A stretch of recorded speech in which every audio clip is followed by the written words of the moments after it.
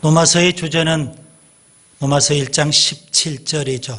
복음에는 하나님의 의가 나타나서 믿음으로 믿음에 이르게 하나니 기록된 바 오직 의인은 믿음으로 말미암아 살리라.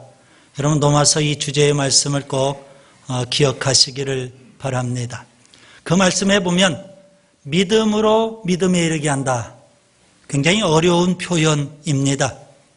쉽게 말씀드리면 처음부터 끝까지 오직 믿음으로, 그런 의미가 됩니다. 따라서 합시다. 오직 믿음으로. 한 번 더 합니다. 오직 믿음으로. 로마서가 말씀하고 있는 것이 바로 오직 믿음으로입니다. 바울은 하박국 2장 4절의 말씀을 인용하면서 오직 의인은 믿음으로 말미암아 살리라, 그렇게 말씀을 했습니다. 그 말씀도 해석이 좀 필요합니다. 자, 오직 의인은, 그 의인은 예수님을 믿는 믿음으로 의롭다함을 받은 의인은, 그런 의미입니다. 우리가 지금 로마서 1장부터 11장까지의 내용을 살펴봤는데요. 예수님을 믿는 믿음으로 의롭다함을 얻는 진리에 대해서 살펴봤어요. 자, 믿음으로 의롭다함을 얻은 의인은 이제 어떻게 해야 될까요? 믿음으로 말미암아 살리라. 여기 믿음으로 말미암아 살리라. 이것은 로마서 12장부터 16장까지 믿음으로 의롭다함을 얻은 사람은 이제 믿음으로 살아야 됩니다. 로마서 1장부터 11장까지는 진리를 말씀합니다. 믿음으로 의롭다함을 얻는 진리. 그리고 12장부터 16장까지는 삶 혹은 윤리, 생활 혹은 실천, 이런 부분을 말씀하고 있습니다. 여러분 로마서가 11장까지로 끝난다면 얼마나 좋겠어요. 우리 모두가 다 믿음으로 의롭다함을 얻었기 때문에. 그런데 이제 중요한 건 뭘까요? 믿음으로 사는 삶이 필요한 겁니다. 기독교는 세상 사람과는 비교할 수 없을 만큼 높은 도덕과 윤리를 갖고 살아야 됩니다. 예수님께서도 마태복음 5장 20절에 너희 의가 서기관과 바리새인보다 더 낫지 못하면 결코 천국에 들어가지 못하리라 그랬습니다. 여러분, 우리가 의롭게 살아야 돼요. 세상 사람보다, 심지어 바리새인 서기관들보다. 그렇지 못하면 천국에 들어가지 못한다고 했습니다. 물론 우리가 의롭게 산다고 해서 천국 가는 건 아닙니다. 이미 우리는 로마서 1장부터 11장에서 예수님을 믿는 믿음으로 의롭다함을 얻는 진리에 대해서 배웠어요. 그리고 예수님을 믿음으로 우리 모두는 다 의롭다함을 얻었고요, 구원받은 줄 믿습니다.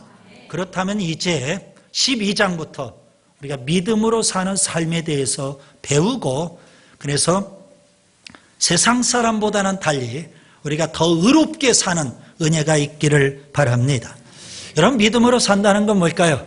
오늘 2절에 보면 하나님의 뜻이라는 표현이 있습니다. 저는 이렇게 해석을 하려고 합니다. 믿음으로 산다는 것은 하나님의 뜻대로 사는 것이다. 하나님의 뜻대로 살려면 여러분 두 가지가 먼저 있어야 돼요. 하나는 하나님의 뜻을 잘 분별할 수 있는 지혜가 있어야 되겠죠. 그 지혜를 통해서 하나님의 뜻을 잘 분별해야 돼요. 그런데 또 중요한 게 있어요. 그건 뭘까요? 분별한 그 하나님의 뜻대로 살 수 있는 능력이 있어야 되는 겁니다.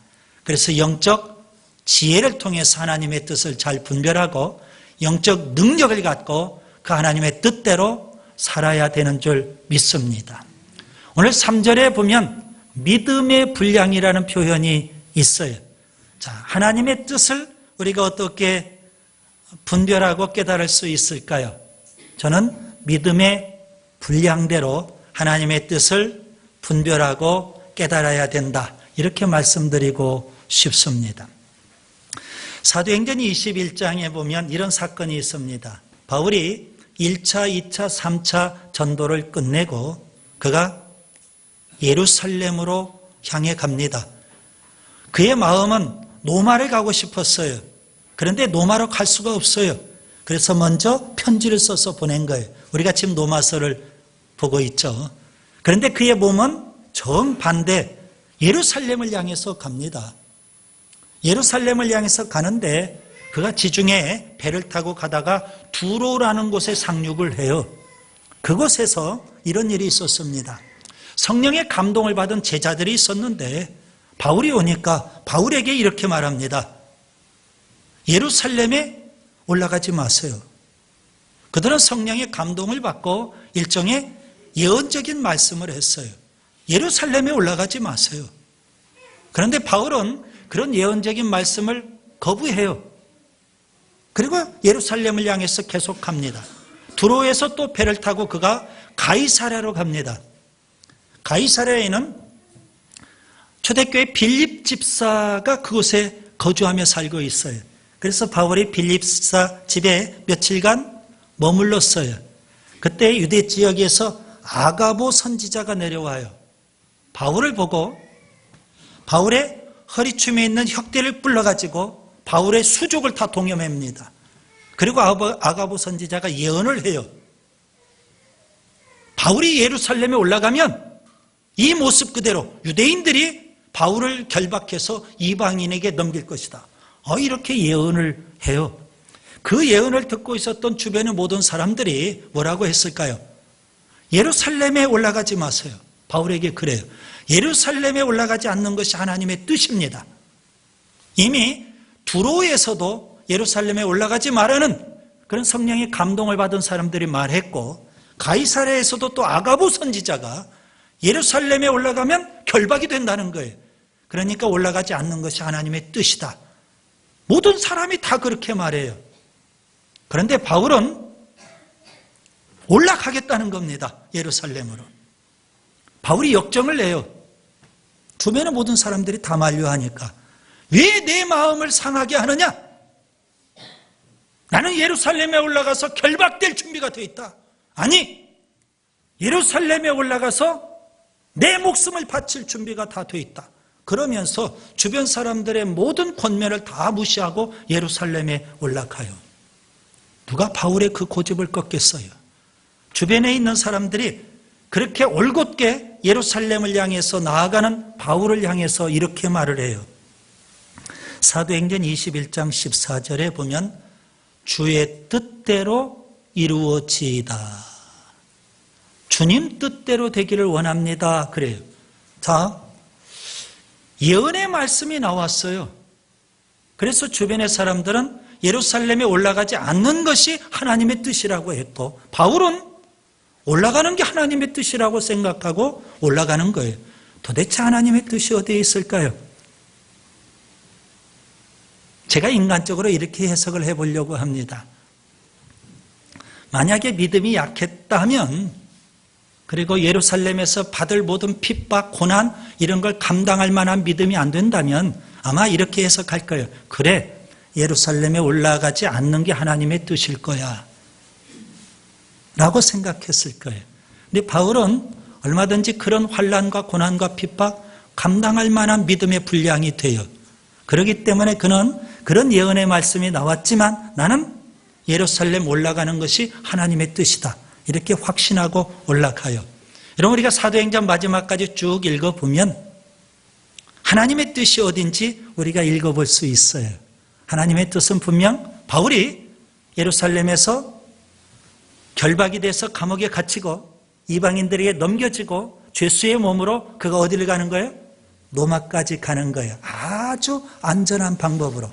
정말 사람이 생각할 수 없는 기가 막힌 하나님의 방법으로 로마 군병들의 호유를 받아가면서 그가 로마까지 죄수의 몸으로 가요. 그게 바로 하나님의 뜻일 수 있지 않겠느냐.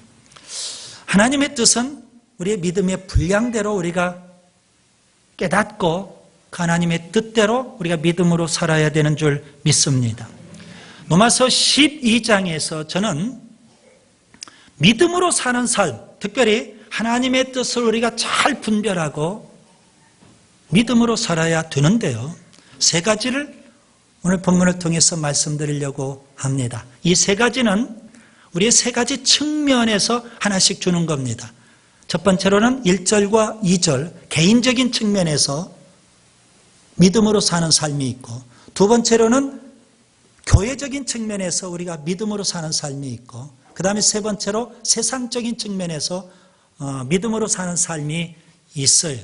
1절과 2절은 개인적인 측면, 그리고 3절부터 13절까지는 교회적인 측면, 그리고 14절부터 21절까지는 세상적인 측면에서 믿음으로 사는 삶에 대해서 바울이 말씀해 주고 있어요. 이 세 가지를 우리가 배우고 우리도 개인적으로, 그리고 교회적으로, 그리고 세상적으로 우리가 하나님의 뜻대로 믿음으로 사는 삶이 있기를 바랍니다. 첫째, 1절과 2절을 보세요. 개인적으로 우리가 믿음으로 산다는 건 뭘까요? 하나님께서는 우리가 산 제물이 되기를 원하십니다. 구원받아 하나님의 자녀가 되었다면 이제 하나님 앞에 영광을 돌리는 삶을 살아야 되는데요. 바울은 오늘 본문 1절, 2절에 보면 우리의 몸을 산 제물로 하나님 앞에 드리라는 겁니다. 이것이 바로 하나님이 기뻐 받으시는 영적 예배가 되는 겁니다. 여러분, 지금 우리가 예배를 드리고 있죠. 이 예배를 가리켜서 우리는 의식으로서의 예배라고 표현합니다. 예배 순서, 예배 의식이 있어요. 그 의식에 따라서 우리가 1시간 드리는 예배. 그러나 그 예배만 있는 게 아니죠. 의식으로서의 예배가 끝나면 한 주간 동안 우리가 가정과 일터와 세상에 나가서 생활을 하게 될 거예요. 생활로서의 예배가 또 있어요. 우리의 삶 전체를 통해서 하나님 앞에 영광이 되어야 되고 하나님 앞에 예배가 되어야 하는 줄 믿습니다. 우리의 몸을 산 제물로 하나님 앞에 드리라는 것은 물론 의식으로서 예배를 드리면서 우리의 몸을 하나님 앞에 제물로 헌신하라는 의미도 되지만 생활 자체가, 살아있는 우리 몸 생활 자체가 하나님 앞에 영광이 되고 하나님 앞에 예배가 되어야 된다, 그런 의미 있죠. 여러분, 오늘 말씀 그대로 주님은 우리에게 헌신을 요구하십니다.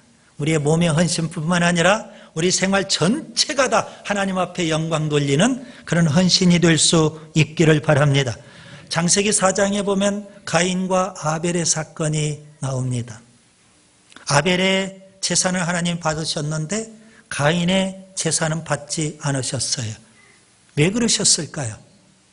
물론 제물의 문제일 수도 있겠지만 아벨의 제물은 양의 첫 새끼를 드린 거고 가인의 제물은 땅의 소산을 드린 거예요. 그러나 제물의 문제만은 아니에요.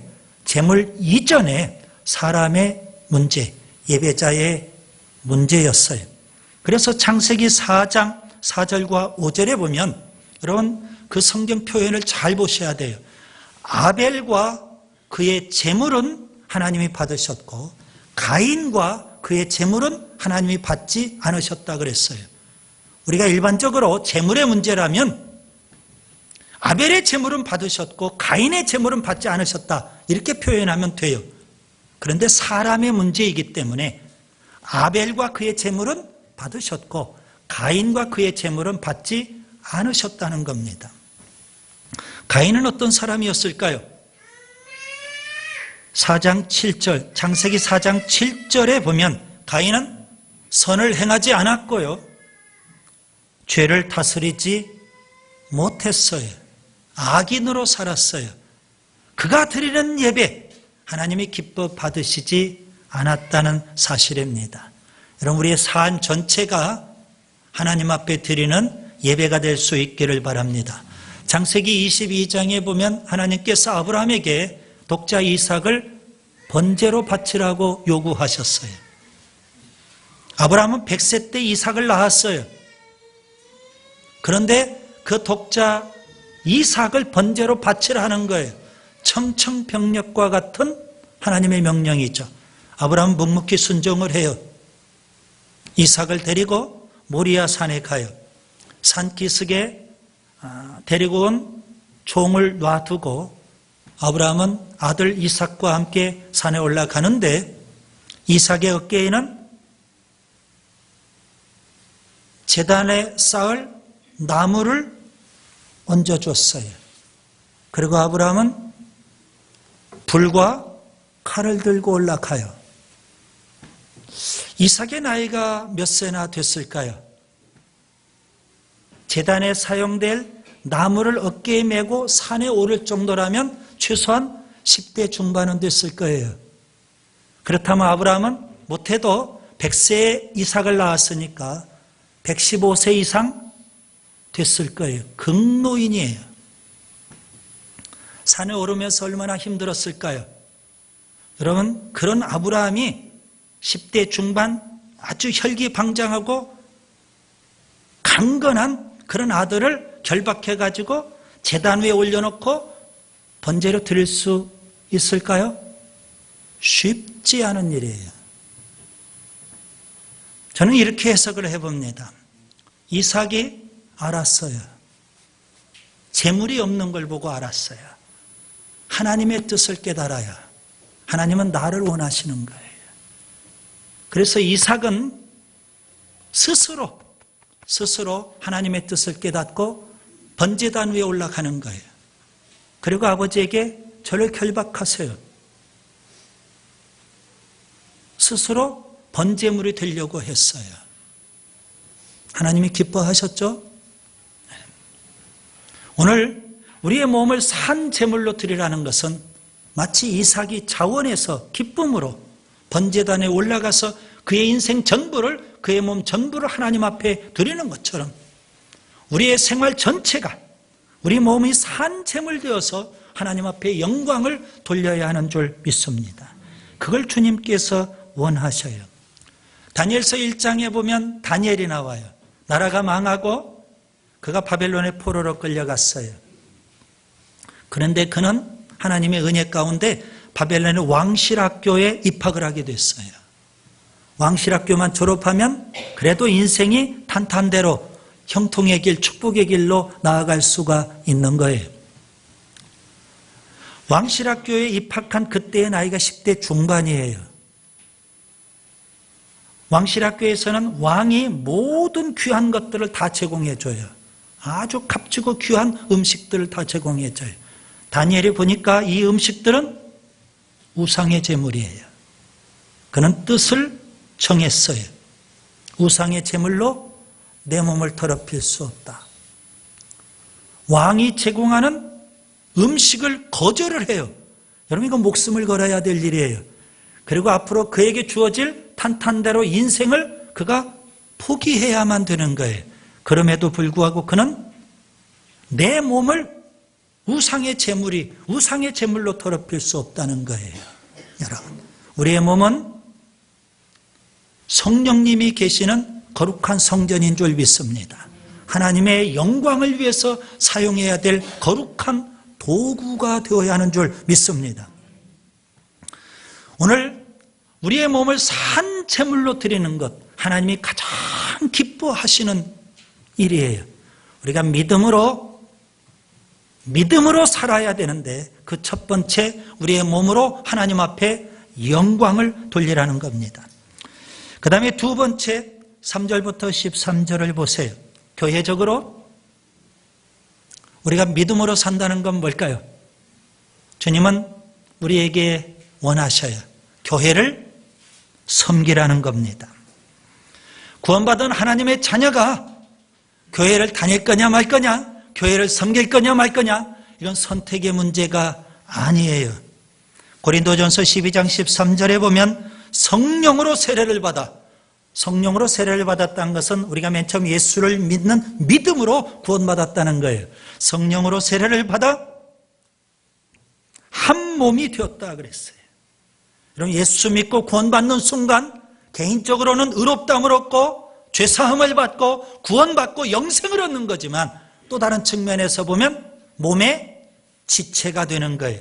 그리스도의 몸된 교회의 지체가 되는 거예요. 그래서 여러분, 이렇게 여러분이 인정을 하셔야 돼요. 예수 믿으면 개인적으로는 구원이 주어지는 거고 또 다른 측면에서는 교회가 우리에게 주어지는 거예요.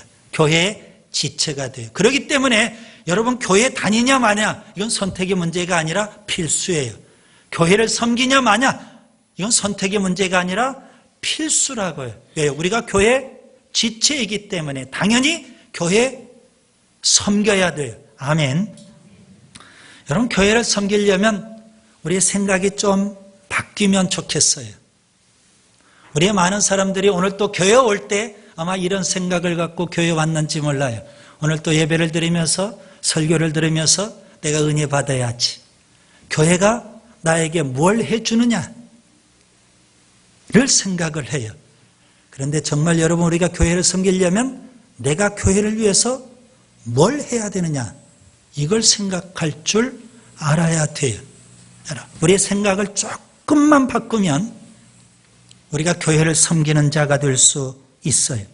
사도행전 2장에 보시면 오순절날 성령이 임하고 베드로가 복음을 전했어요. 3,000명이 회개하고 예루살렘 교회에 들어오게 돼요. 그들이 예루살렘 교회에 들어와서 무슨 일을 했을까요? 그들이 사도의 가르침을 받아 서로 교제하고 떡을 떼며 오로지 기도하기에 힘쓰니라. 예수 믿고 구원받았다고 교회와 상관없이 사는 게 아니에요. 그들은 예수 믿고 구원받고 세례를 받았기 때문에 맨 먼저 교회부터 왔어요. 교회를 섬겨야 되는 줄 믿습니다. 여러분 우리가 교회를 섬길 때 어떻게 해야 될까요? 바울은 오늘 본문에서 세 가지를 우리에게 말씀해 주고 있어요. 첫째, 3절부터 5절에 보시면 공동체 의식을 가져야 됩니다. 3절부터 5절을 보세요. 믿음의 분량대로 우리가 좀 더 지혜롭게 생각하면 좋겠어요. 그 지혜로운 생각 가운데 하나가 나는 나다, 너는 너다가 아니에요.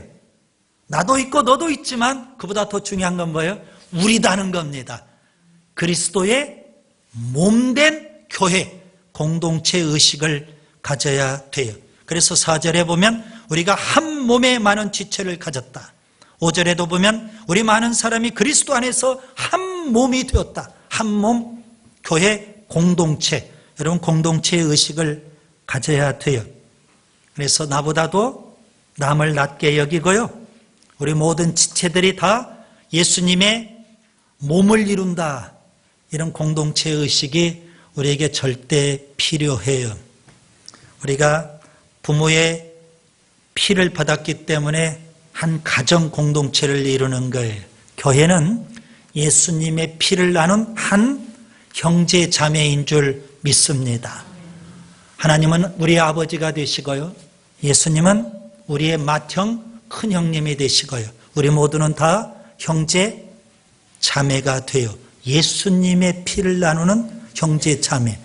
이런 공동체 의식이 있어야만 교회를 섬길 수 있는 거예요. 그 다음에 두 번째 6절부터 8절에 보세요. 바울은 은사 얘기를 하고 직분 이야기를 합니다. 은사 받은 대로 은사대로, 직분 받은 대로 직분대로 우리가 교회를 섬겨야 되는 겁니다. 어떤 사람은 은사 받았어요? 교회와는 상관없이 그 은사 활용하려고 해요. 어떤 사람은 교회에서 직분 받았어요? 그런데 교회를 섬기지 않아요. 다 지혜롭지 못한 거죠. 주님이 원하시는 건 뭘까요? 주님이 왜 은사도 주시고 왜 직분도 주실까요? 교회를 잘 섬기라고 주님께서 직분과 은사를 주셔요. 예언의 은사를 받았으면 믿음의 분수대로, 섬기는 은사를 받았으면 섬기는 일로, 가르치는 은사를 받았으면 가르치는 일로, 위로하는 은사를 받았으면 위로하는 일로, 구제의 은사를 받았으면 성실함으로, 다스리는 은사를 받았으면 부지런함으로, 긍휼의 은사를 받았으면 즐거움으로 봉사하고 섬기라는 겁니다. 그 다음에 세 번째 9절부터 13절에 보세요. 사랑으로 섬겨야 됩니다. 그것이 바로 교회를 섬기는 거예요. 여러분 교회는 건물이 아니죠.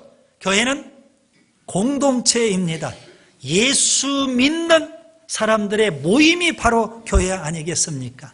그렇기 때문에 여러분 우리가 교회를 섬긴다는 것은 교회를 사랑하는 것.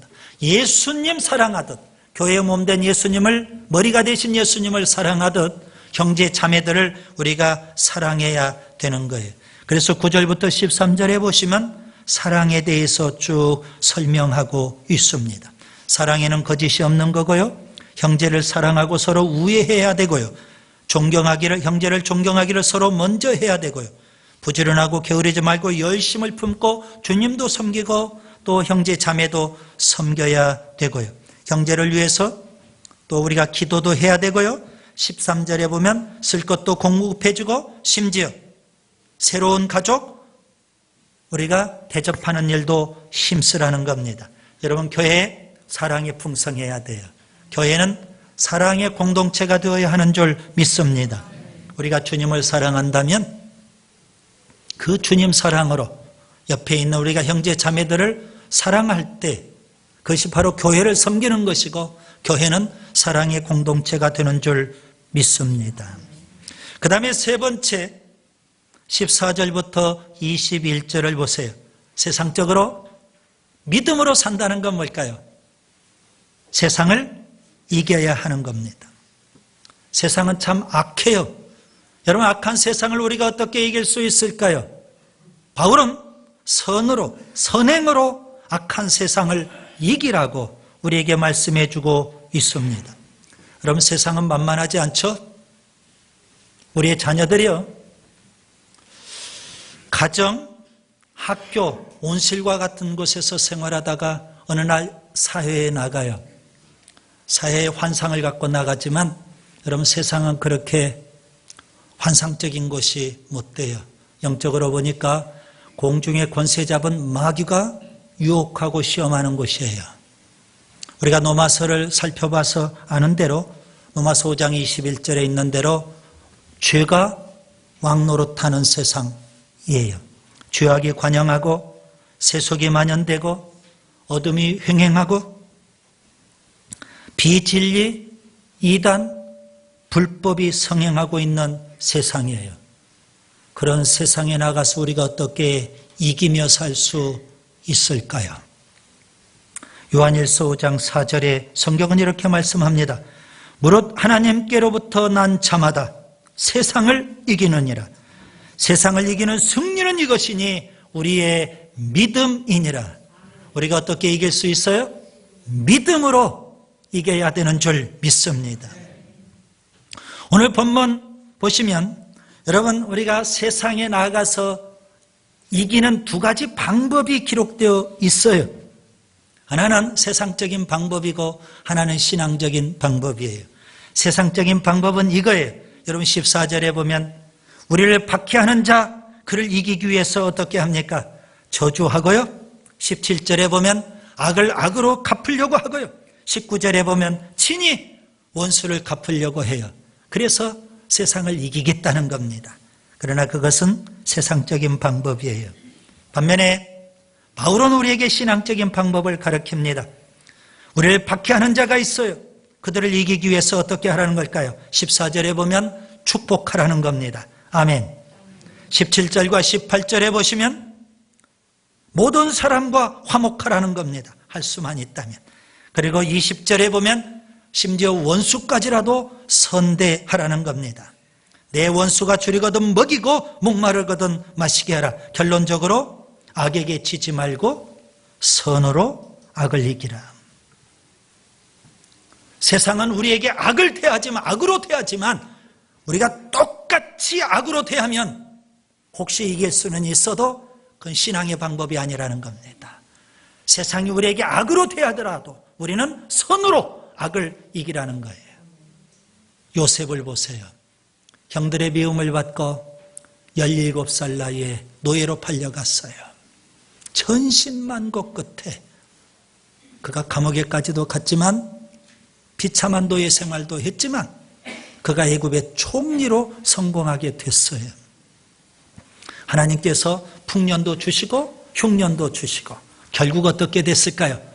그를 노예로 팔아먹었던 형들이 총리가 된 요셉 앞에 무릎을 꿇어야 됐어요. 입장이 바뀌었죠? 요셉은 얼마든지 보복할 수 있는 권한이 있어요. 보복할 수 있는 자격도 있어요. 창세기 50장 19절. 두려워하지 마소서. 내가 하나님을 대신하리이까. 당신들은 나를 해하려 하였으나 하나님은 그것을 선으로 바꾸셨습니다. 형들이 악으로 대했지만 요셉은 선으로 대함으로 이긴 줄 믿습니다. 다윗을 보세요. 골리앗을 이겼고요. 나라를 구했고요. 사울왕에게 승리를 안겨줬어요. 그런데 그 일 때문에 사울왕의 시기를 받고 핍박을 받아요.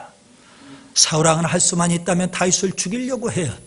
그래서 끝내 그는 사울왕을 피해서 도망을 다녀요. 갇힌 고난을 다 당했어요. 한 번은 사울왕을 죽일 수 있는 절호의 기회가 주어졌어요. 그가 그냥 조용히 눈만 감고 있으면 돼요. 그럼 부하들이 알아서 제거할 수 있을 거예요. 그런데 다윗은 그렇게 하지 않았어요.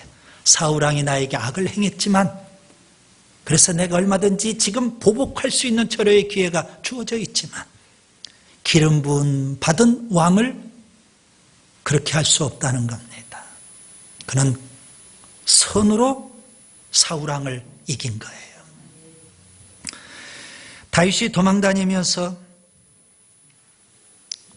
가는 곳마다 다윗 주변에 핍박받는 사람들이 몰려들어요. 그런 참 마음이 따뜻했어요. 그래서 고난과 핍박받는 사람들을 다 거두어요. 그러면서 사울왕을 피해 도망다녀요. 한 번은 나발이라는 사람이 있어요. 굉장히 부자인데요. 목축업을 해요. 그런데 그렇게 도망다니던 다윗이 그 나발의 목축업하는 것을 잘 돌보아줬어요. 양떼들을 잘 지켜줬어요. 도둑놈이나 강도떼들이 훔쳐가지 못하도록. 그래서 나발 입장에서는 굉장히 많은 은혜를 입었어요. 다윗으로부터. 다윗이 어려움에 처했을 때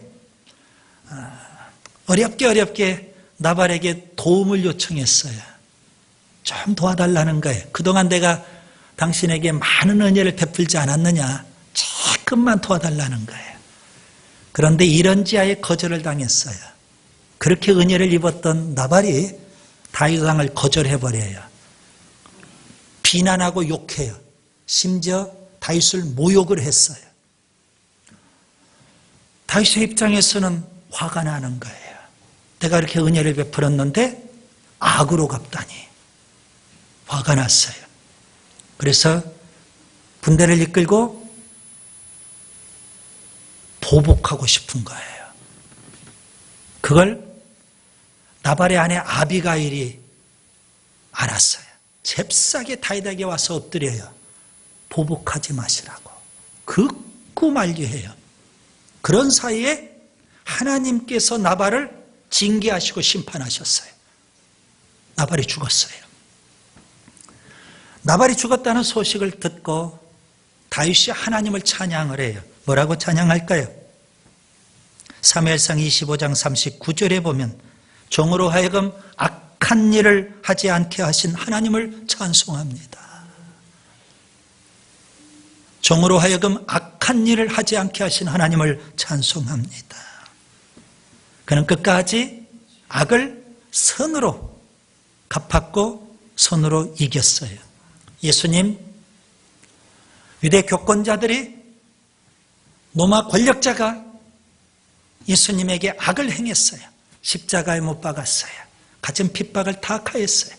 그런데 예수님은 묵묵히 덜 깎는 자 앞에 잠잠한 양처럼 그 고난을 다 당하셨어요. 아무도 예수님께서 패배했다 그렇게 말하는 자 없어요. 예수님은 십자가로 세상의 악을 이기신 줄 믿습니다. 예수님께서 제자들에게 말씀하셔요. 선한 사마리아인의 피요, 가서 너도 이와 같이 하라. 세상은 악해요. 우리가 똑같이 악을 행하면 우리도 믿음 없는 자가 되는 거예요. 세상 사람과 똑같아요. 오늘 21절을 보세요. 악에게 지지 말고 선으로 악을 이기라. 말씀을 정리합니다. 예수 믿는 믿음으로 의롭다함을 얻었다면 이제 믿음으로 살아야 하는 줄 믿습니다. 내 뜻대로, 내 고집대로, 내 하고 싶은 대로 그렇게 믿음으로 사는 게 아니에요. 하나님의 뜻을 잘 분별해서 우리가 그 하나님의 뜻대로 믿음으로 살아야 돼요. 오늘 본문에 세 가지를 말씀하고 있어요. 개인적으로 우리의 몸을 산 제물로 하나님 앞에 드릴 수 있기를 바랍니다. 교회적으로 주님이 주신 비전 교회 우리가 잘 섬길 수 있기를 바랍니다. 그리고 세상적으로 악한 세상이지만 선으로 악을 이기며 살 수 있기를 바랍니다.